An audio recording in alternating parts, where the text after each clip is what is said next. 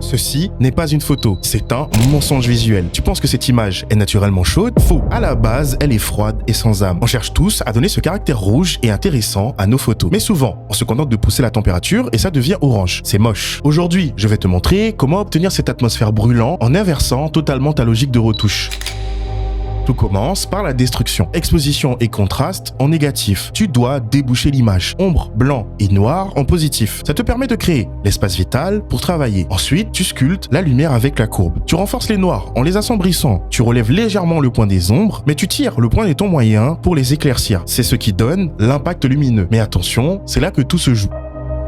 Direction, le color grading. C'est ici qu'on injecte la chaleur. Dans les ombres, tu mets un orange agressif. Saturation à 40, luminance à moins 30%. Dans les hautes lumières, tu vas chercher du jaune et tu descends ta luminance à presque moins 40%. Si tu remarques bien, ça commence à se mélanger en rouge, ça prend vie. On finit par pousser la vibrance et la température, pas juste la saturation.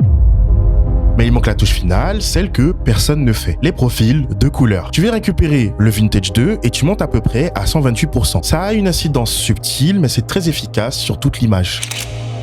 On est passé d'une image froide à une scène pleine de caractères. Mais attention, le color grading est une science. Si tu veux comprendre la théorie exacte derrière ces choix de couleurs, la partie 2 est déjà disponible sur mon profil. Sur ce, c'était End. Tchuss.